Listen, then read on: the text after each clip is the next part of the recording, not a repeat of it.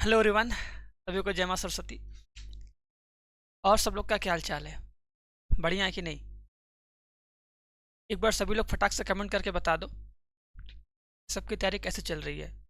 सभी लोग अच्छे से पढ़ रहे हो कि नहीं, है ना? क्योंकि देखो अब टाइम बहुत कम बचा है।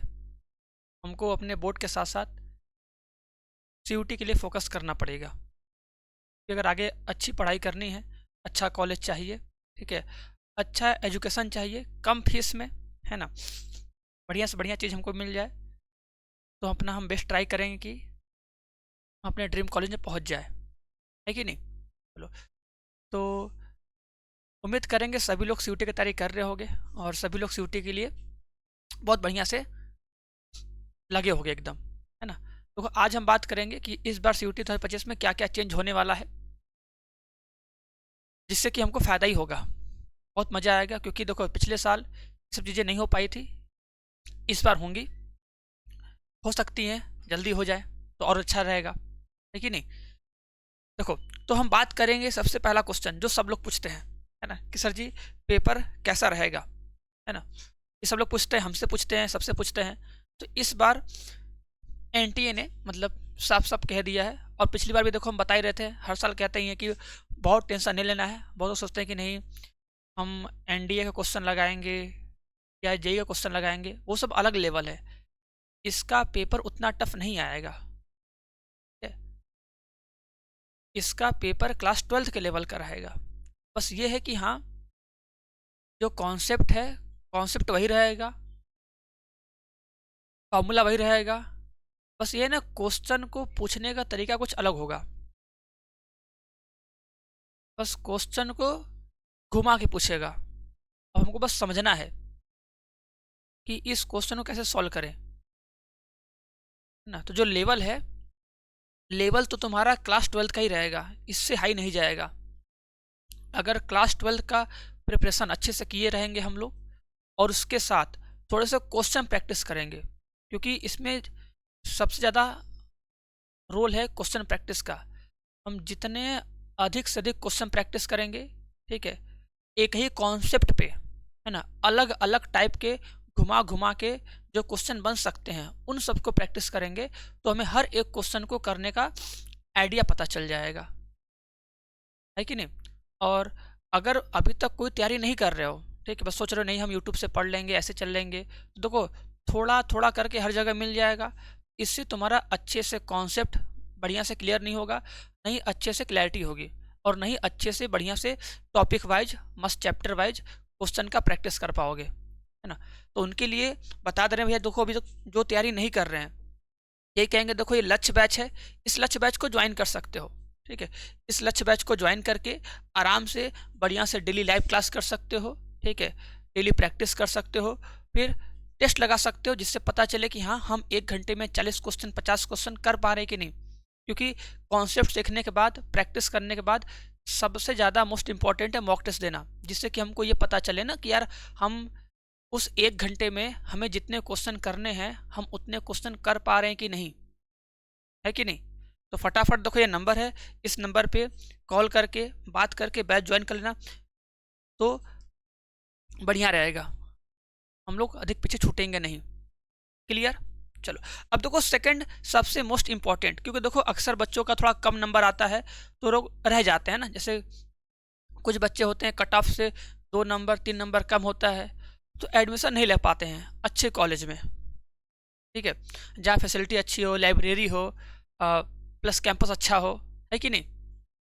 तो इस बार देखो थोड़ा सा हो चांस है कि भाई ये सीटें बढ़ें, और हो सकता है इस बार लगभग कह सकते हो, देखो पिछली बार तो लगभग हम लोग 290 292 कॉलेजेस थे, है ना, और इस बार अप्रॉक्स अगर जब ऐड होंगे तो लगभग हम कह सकते हैं सर जी इस बार लगभग 400 के नियर अबाउट कॉलेज जो होंगे सीयूटी के थ्रू एडमिशन लेंगे, है ना? तो हम आराम से सीयूटी देके अधिक से अधिक कॉलेज में एडमिशन लेने के लिए एप्लीकेबल हो जाएंगे, एलिजिबल हो जाएंगे, है ना? ये बहुत बेनिफिट होगा, क्योंकि देखो स्टार्टिंग में केवल जब सीयूटी फर्स्ट टाइम आया था ना, उस टाइम केवल कॉलेज 90 ही थे, केवल 90 ही कॉलेज थे, 90 के 92 कॉलेज थे जो कि इसमें ऐड थे। तो धीरे धीरे 2 साल 3 साल में संख्या बढ़ी और इस बार ये संख्या लगभग 400 के करीब होने वाली है। ऐसा इसलिए कि भैया जो एनटीए के चेयरमैन हैं उन्होंने कहा है कि भैया हम क्या करेंगे, इस बार और नए कॉलेज ऐड करेंगे, क्योंकि बहुत सारे कॉलेज चाहते हैं कि हाँ भाई हम भी उसी के थ्रू एडमिशन ले लें आराम से। इससे बच्चों का फ़ायदा होगा ना। और ये इसलिए तो बना था सीयूटी कि भाई बच्चों को हर एक कॉलेज के लिए अलग अलग फॉर्म ना भरना पड़े, बच्चों को अलग अलग पेपर ना देना पड़े, है ना, बच्चों को अलग अलग जाके दौड़ना ना पड़े। एक बार एग्ज़ाम दे, फिर उसके बाद बस काउंसलिंग करवा ले वो जिस भी कॉलेज में पढ़ना चाहते हैं। ठीक है, तो इससे बहुत फ़ायदा होगा बच्चों के लिए। ठीक है, और सबसे मोस्ट इम्पॉर्टेंट, ये तो हम कहेंगे मेरे लिए सबसे मोस्ट इम्पॉर्टेंट है। ठीक है, ये अपडेट देखो पिछली बार अभी आया था कि हाँ इस बार से लग जाएगा। ठीक है, जिसे बोलते हैं CCP, कॉमन काउंसलिंग पोर्टल। देखो होता क्या है, जब हम लोग सीयूटी का एग्ज़ाम देते हैं ना, और फिर जब उसका आता है रिजल्ट, तो होता है क्या, जैसे अगर हमको BHU से पढ़ना है तो हम जाएंगे BHU पे, मतलब BHU के पोर्टल पे जाएंगे, वहाँ काउंसलिंग करवाएंगे, तो उसका लगता था फीस 150 250 रुपये, है ना, 250 रुपये 300 रुपये फीस लगता था। फिर अगर तुम्हें जाना है दिल्ली वाले में कि सर जी हम BHU में तो एडमिशन लेना चाहते हैं, लेकिन अगर BHU में ना हो जाए तो हम दिल्ली में चाहते हैं, तो वहाँ जाओगे, वहाँ पोर्टल है, वहाँ करोगे तो वहाँ 300 लगेगा। ठीक है, क्योंकि देखो बच्चे हैं भाई, सब लोग चाहेगा कि भाई अगर BHU नहीं तो इलाहाबाद में हो जाए, इलाहाबाद नहीं तो दिल्ली में हो जाए, कम से कम 4 कॉलेज 5 कॉलेज दिमाग में है ना। तो हम उन 4 कॉलेज 5 कॉलेज में क्या करेंगे, काउंसलिंग करवाना चाहेंगे। अब काउंसलिंग के प्रोसेस के समय हर एक कॉलेज अपना अलग अलग फीस लेता है कि वो 300, वो 400, फिर वो 500, फिर वो 200, ऐसे बहुत अधिक पैसा खर्चा होता है। फिर हर पोर्टल पे अलग अलग पैसा दो, है ना, हर जगह और टाइम वेस्ट करो, 4 जगह 5 जगह जाओगे तो टाइम वेस्ट होगा ही होगा। इसलिए इस बार चांस है कि कॉमन काउंसलिंग पोर्टल आ जाए सबके लिए, कि भैया बस एग्ज़ाम देंगे, केवल एक बार सब लोग करवाएंगे इस पर रजिस्ट्रेशन और हर एक कॉलेज में काउंसलिंग के लिए एप्लीकेबल हो जाएंगे। इससे पैसा बचेगा, टाइम बचेगा, थोड़ा सा हमें भाग दौड़ कम करना पड़ेगा ना। ये बहुत मतलब हमारी तरफ से बहुत अच्छा है। ठीक है, चलो अब फोर्थ, अब देखो नॉर्मलाइजेशन। देखो ये वर्ड सुन के बहुत लोग गुस्सा आता है, अगर पीछे अगर सभी के कोई भैया बहन दीदी, ठीक है, जो भी होंगे उनसे पूछना। होता ये था ना, देखो जब एग्ज़ाम होता है, क्योंकि देखो पिछली बार हुआ था एग्ज़ाम CBT बोर्ड, मतलब कंप्यूटर बेस्ड टेस्ट हुआ था और ऑफलाइन भी हुआ था।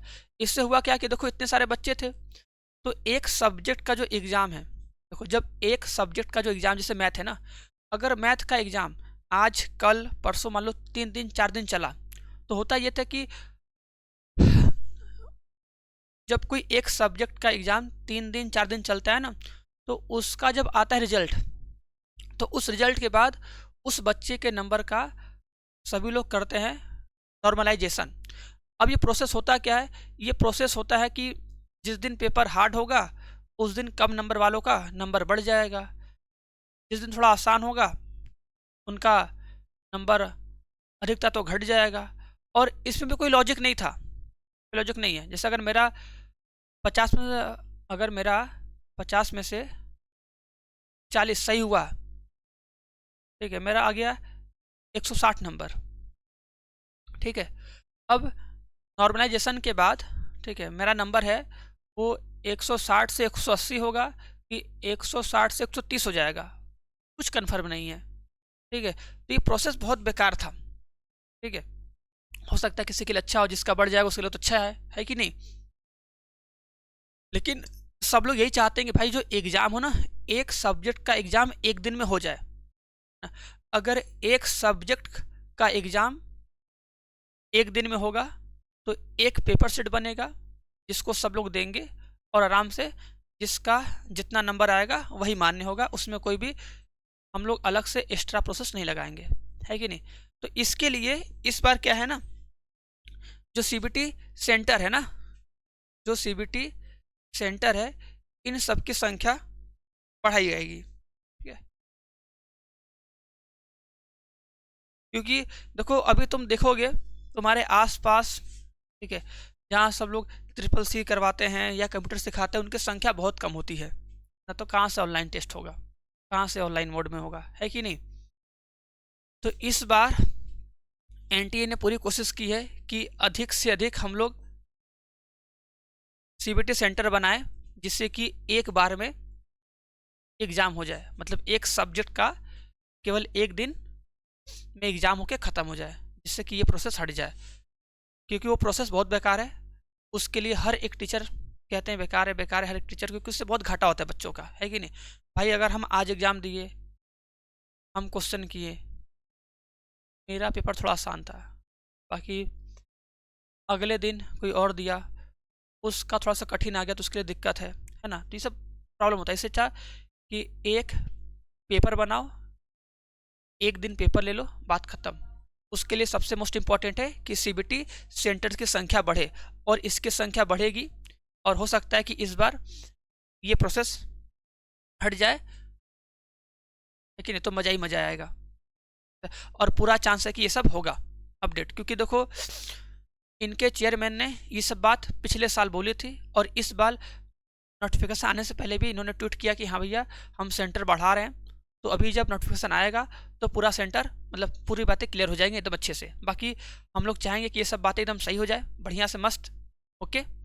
और होगा, इनमें सारी बातें हो जाएंगी, क्योंकि इसमें इन पे काम चल रहा है, और इस बार हो जाएगा तो मज़ा आ जाएगा सबके लिए, और हम लोग के लिए भी, है कि नहीं। चलो, तो बस यही सब चीज़ें बतानी थी। बाकी हम लोग मिलते हैं नेक्स्ट वीडियो में। सब लोग पढ़ाई करते रहो, रिवाइज करते रहो, ठीक है।